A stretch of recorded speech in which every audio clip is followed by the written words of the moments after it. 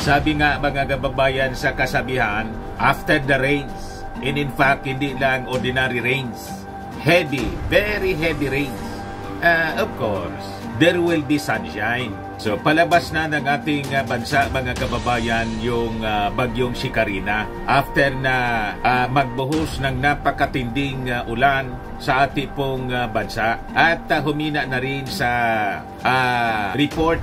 pinakahuling report na pinalabas ng Pag-asa habang papuntang Taiwan. So sa susunod na mga kababayan na mga oras, patuloy nang gaganda yung ating panahon.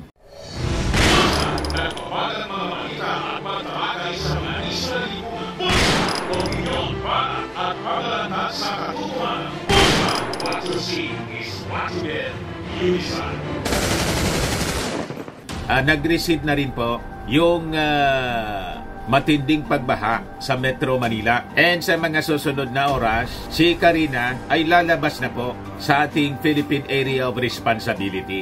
Pero nauna na po si Designated Survivor. Sa kasagsagan ng bagyong si Karina, kasagsagan ng baha, nauna na siya pong lumabas sa Philippine Area of Responsibility. Ikaw talaga niya, Mr. Maravillas. Yun ang nabasa ko po. Nag-viral po sa social media. Nauna pa si Inday. Talagang pinanindigan mga kababayan yung kanyang self-appointed designated survivor na ginawa. Nagpakalayo-layo. Yung kanyang evacuation center, Germany pa, mga kababayan, doon sa pamilya ng kanyang nanay yata na isang German.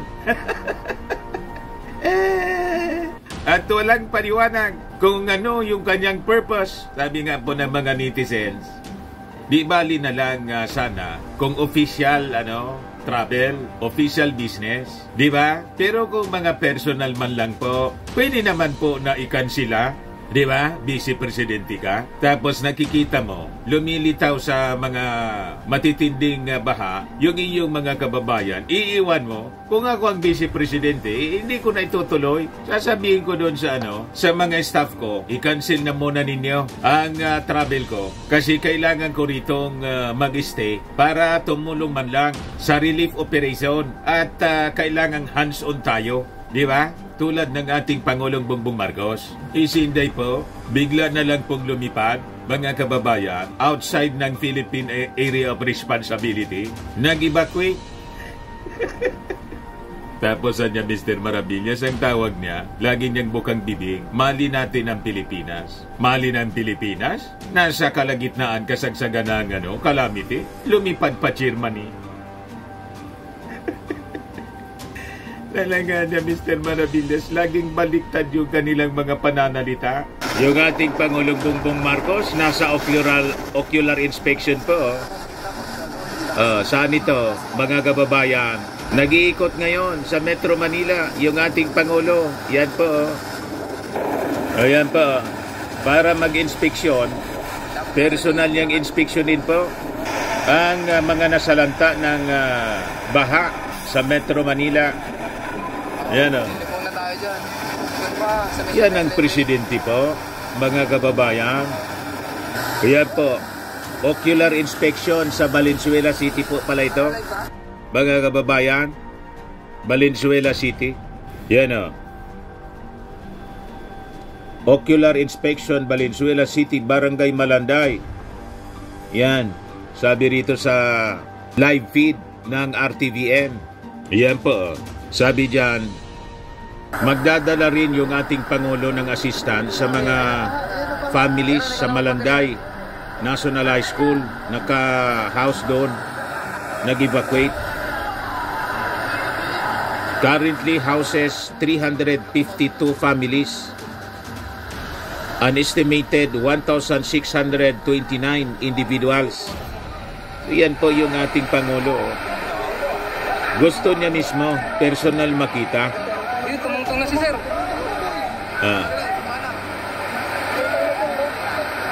Di ba? Wala, tumungtong. Yan ang leader. Never itong nagawa, mga kababayan, ng dating Pangulong Digong na immediately po nag-iikot ng ganito? Bakit naman na niya, Mr. Maravillas? Laging may comparison. Sila yung nagsimula ng comparison? Yung mga naosog vloggers? Laging binibida nila, mga kababayan, yung mga ginagawa daw noon, miss na nila ang ginagawa ni Digong. Alangan manayaan natin sila na sa inyo yung full story ng balitang yan. Click subscribe muna dito sa ating YouTube channel and hit the notification bell para lagi po kayong updated sa mga kaganapan dito sa ating bansa. Like and share na rin po ninyo ang ating video. At huwag na rin po ninyo na skip yung ating mga commercial ads para tuloy-tuloy lang ang pag-unlad ng Bagong Pilipinas. Sa mga nagana po ng malinis and spacious fitness gym, pumunta lang po kayo sa aming Colossal Fitness Gym. We also offer Grab Car Rental with our brand new 2023 model ng Toyota Innova. We also accept booking for those who are planning to travel via PAL, Cebu Pacific, and other airline companies, local and international, and bills payment for Meralco Bills, Aleco Bills, PLDT, etc. Ang Colossal Fitness Gym is located at 3rd floor Security Bank Building, Lanco Business Park, Legazpi City, Albay. For inquiries, look for Jilon Maravillas. Contact number 0966-802-0949.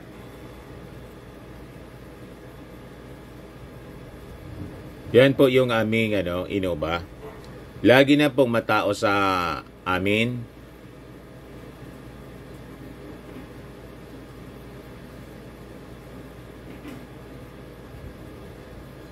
Yan po mga bagong clients namin. Napakaganda at colorful at napakalinis ng aming gym po. Pati mga foreigners po pumupunta sa amin, mga British tourist po sila dito sa Legazpi. Na-set up na rin po yung aming mga brand new gym equipment.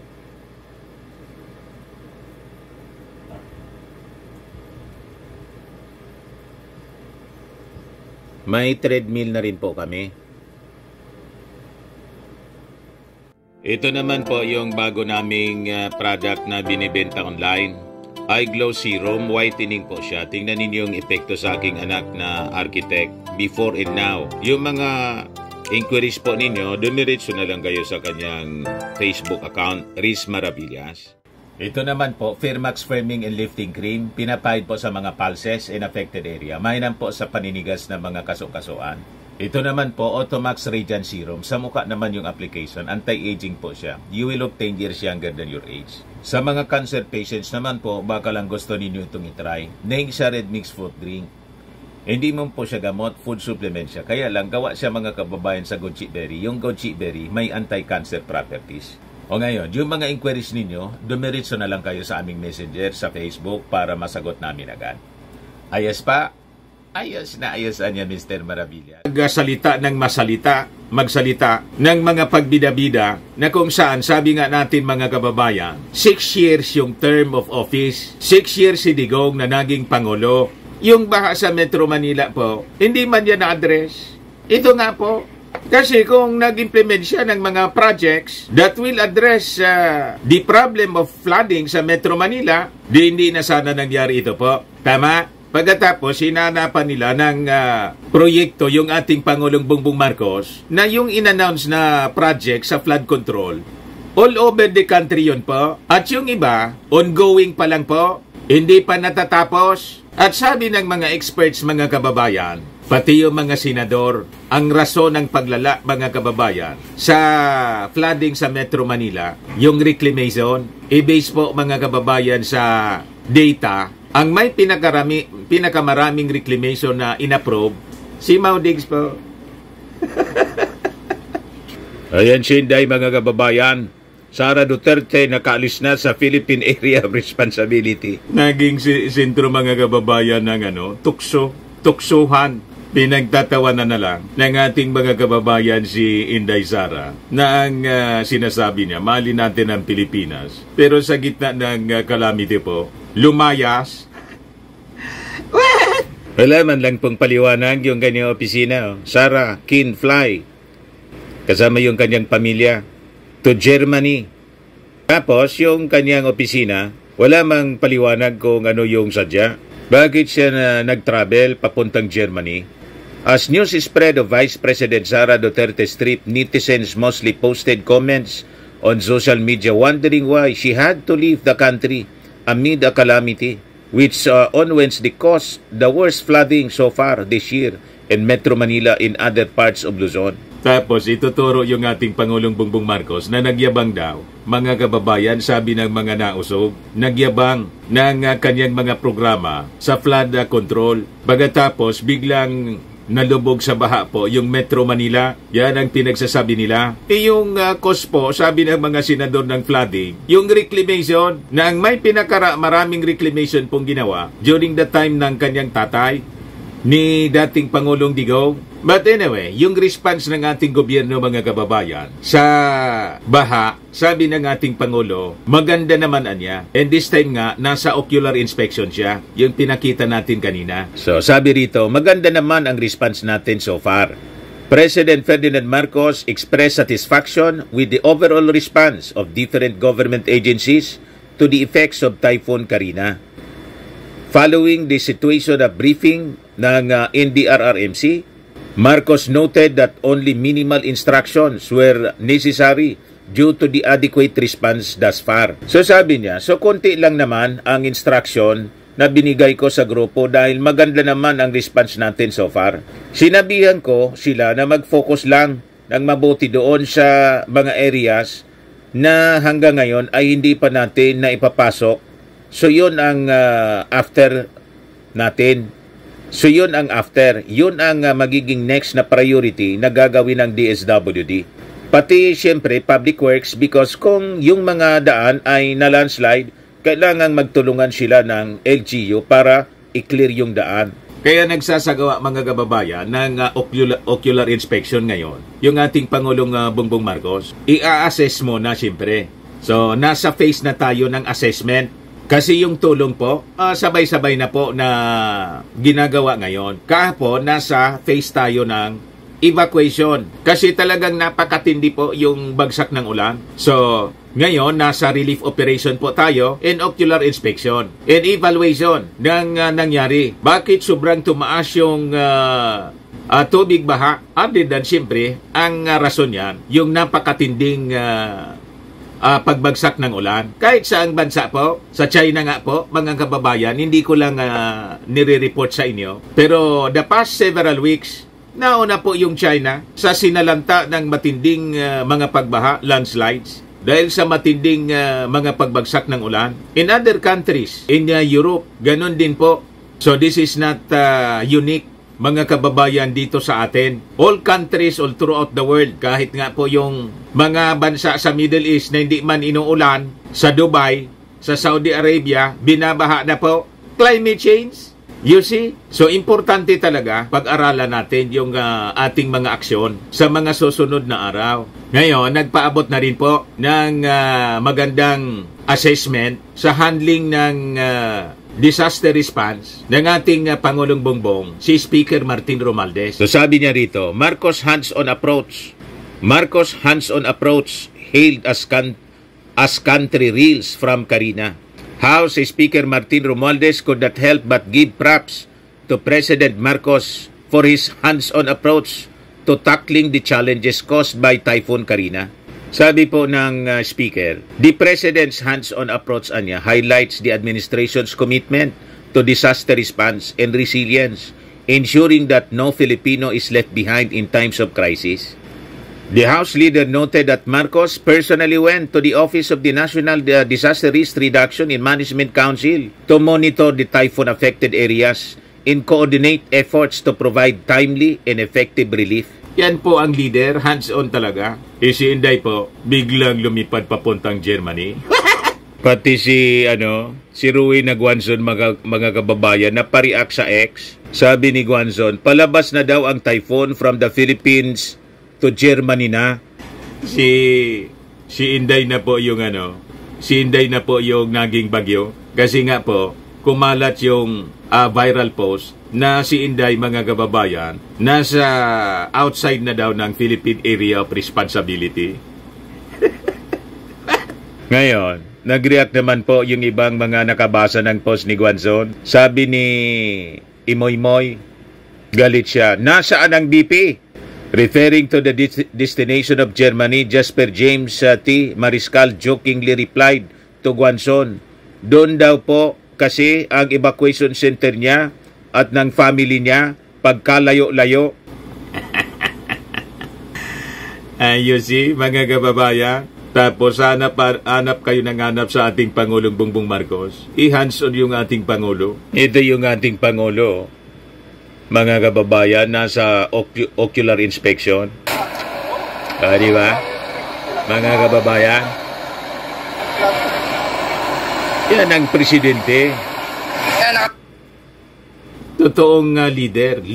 Leading by example po. O ngayon, ano ba yung problema? Bakit laging binabaha po ang Metro Manila? So yun ang ating magiging sentro ng discussion, mga kababayan. Galing na sa mga kinikilalang eksperto para siguro makapag-craft tayo ng magandang policy at magandang response, mga kababayan, to address the flooding sa Metro Manila po. So, pag-usapan natin, mga kababayan, bakit ba laging binabaha ang Metro Manila? Ano nga ba yung problema? Ito yung galing sa eksperto. Ayan May 10 rason, mga kababayan, kung bakit laging binabaha ang Metro Manila.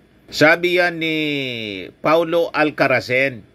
Sino naman ito, mga kababayan? Isa po siyang landscape architect. So, alam niya, parang si Palafox, mga kababayan, magaling sa urban design. Talagang pinag-aralan nila. Yun ang kanilang profesyon. Yun ang kanilang expertise. At base sa kanilang mga pag-aaral, mga kababayan, ito yung na-identify nila na rason kung bakit laging nagbabaha po sa Metro Manila. Una, siyempre, dahil sa malakas na ulan. Di ba?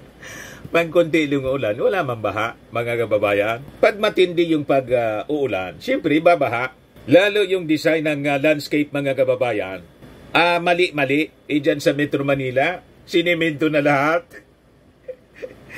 Wala na maaros, mga kababayan, open space para ma-absorb yung, yung tubig ulan. Sinemento na ninyo lahat. Saan pa dadalo yung tubig? Ay, dadalo yung tubig. Saan pa ma-absorb yung tubig? Di ba? Lahat na sinemento. Asa pa kayo na hindi kayo babahain? Hindi ninyo pinag-aralan ng mabuti. Kailangan po, kahit may mga infrastruktura tayo na ginagawa, huwag ninyong ubusin na simintuhin. Dapat may mga open space na kalupaan para ma-absorb yung tubig pag bumagsak yung ulan. Kung lahat siminto, paano yan ma-absorb? Pailalim. Di ba? Kaya ang takbo niyan sa mga bahay ninyo, yung mga kanal pa naman po, ang liliit. Unang-una, yung mga areas dyan sa Metro Manila, nireclaim, dating dagat. So, bumabalik, mga kababayan, yung tubig dagat, nilalamon ng dagat kasi yung dagat, ginawa ninyong kalupaan. Di ba? Kaya nga, dapat tigilan na yung reclamation. May mga reclamation na maayos din na naman, mga kababayan, pero dapat tama yung design. Hindi man tayo against totally sa reclamation. Kasi may mga panahon ni dating Pangulong Ferdinand Edralin Marcos, di ba? Diyan sa CCP Complex, reclaim area yan po, PICC. Kaya lang sana, dinesign ng maayos, naging matindi po yung urbanization, rapid urbanization. Hindi pinag-aralang mabuti. Siniminto lahat At yung kanal, ang liliit. Lakian nyo ang kanal. Dapat ang kanal kasing laki ng mga kalsada sa EDSA. Ang buong kalsada ng EDSA dapat sa ilalim, kanal. Di ba? Pangalawa, sabi dito, it floods because of population and urbanization. Kasasabi ko pa lang. Di ba? Dumami, nagsiksika na ng todo. Rapid urbanization. Pagsiksika ng todo, pati yung mga sapa, ginawa ng bahay. Butit may clearing operations. Nilinis na yung Pasig River. At may project dyan yung ating Pangulong Bongbong Marcos. Yung Esplanade. Di ba? So maganda yung mga ginagawa. Kaya lang, siyempre, dapat tuloy-tuloy. Pati yung paglilinis, yung disiplina. Sabi ng dating Pangulong Ferdinand Edralin Marcos, yung tatay ng ating Pangulong Bongbong, sa ikauunlad ng bayan, disiplina ang kailangan. Kaya kailangan may adapt natin yung bagong Pilipinas mindset. Yung pagkanta pa lang po ng bagong Pilipinas hymn at pledge, ayaw na ninyo. May kontra agad. Paano tayo niyan aasenso? Di ba? Sabi nga ng ating Pangulong Bongbong sa launching ng bagong Pilipinas, ma-achieve natin yon sa pamamagitan ng pagbabago, yung progress ng ating bansa, ng ating bayan. Pagbabago sa ating sarili mismo. Yung small contribution natin, yung maglinis ka lang ng bakuran mo at avoid throwing garbage sa kung saan-saan ay malaki ng contribution sa bagong Pilipinas. Ayaw nyo man, pag-awit nga lang ng bagong Pilipinas, ayaw nyo na, paano tayo niyan aasenso? Tama po? Tapos isisihin ninyo yung ating Pangulong Bongbong Marcos. Ayaw man ninyo makiisa? Ano pa? It floods because the rain comes down from denuded uplands. Kinalbo na yung ating mga kabundukan, so mabilis po yung pagdaloy ng tubig galing sa kabundukan at landslides diretso sa mga river banks. Kasama doon mga kababayan, yung mga lupa na naglandslide po. So umapaw yung mga ilog po. Silted siya. Mabilis siyang yung siltation po naging mabilis. So aapaw talaga po sa mga lungsod. Kaya nga po yung mga projects na ini-implement ng ating Pangulong Bongbong Marcos dyan sa Central Luzon, nagko-construct siya ng catch basin po ng mga tubig baha galing sa mga kabundukan. Ayun, kinontra pa ng sinagot-sagot pa ng isang babaeng congressman yung ating Pangulong Bongbong Marcos sa first year niya in office. Naalala ninyo yon? Sabi ng ating Pangulo, ito dapat nating gawin. Long-term solusyon. Tapos yung mga catch basin pa, yung tubig doon magagamit pa sa irigasyon. Makisama kasi kayo sa paghanap ng solusyon, hindi yung kontra kayo ng kontra, wala man kayong contribution, lalo yung past administration. Hindi nga ninyo nasolusyonan sa 6 years? 2 years, sinanapan ninyo ng solusyon yung ating Pangulong Bongbong? Kung hindi kayo mga bugok, anong tawag sa inyo? Ano daw? Number 4, Metro Manila is not only low but it is a sinking city. You see? Kaya yung programa ng ating Pangulong Bongbong mga kababayan, i-decongest ang Manila, wag ng lahat Manila, kaya nagde-develop siya ng mga areas outside Manila, mga kababayan, para yung progreso hindi po nakafocus lang sa Metro Manila at hindi magsiksikan yung mga tao. Nakita ninyo? So yun ang mga long-term solution po na ginagawa ng ating gobyerno. Hindi po yan kaya sa 2 years. Kaya dapat nga may continuity. After 2028 po, dapat si Martin ang presidente. Huwag dapat yung designated survivor na sa panahon ng calamity po, nasa Germany. Tama ba? Ano pa? It floods because we have less drainage than before. Sige lang po ang simento. Simento rito, simento doon. Wala mang drainage. Saan tatakbo yung tubig? Isa ba nga bahay ninyo? Number 6, it floods because many of those esteros, canals, and waterways of our metropolis we have left are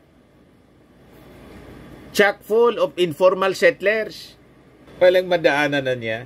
Mga bahay na, tinitira ng mga mahirap. Kaya po, ang programa ng ating Pangulong Bongbong Marcos ay gawan sila ng mga condo units, pabahay, condominium po, para maalis sila doon sa mga estero. At hindi yun magagawa in just 2 years, mga kababayan. Dapat tuloy-tuloy ito. Ayan o. Number 7, it floods because the main flood control system is started in the year 70s. Panahon ng tatay ng ating Pangulong Bongbong was never completed. The Manggahan floodway was only 1/2 of the picture. It was meant to channel floodwater into Laguna Bay.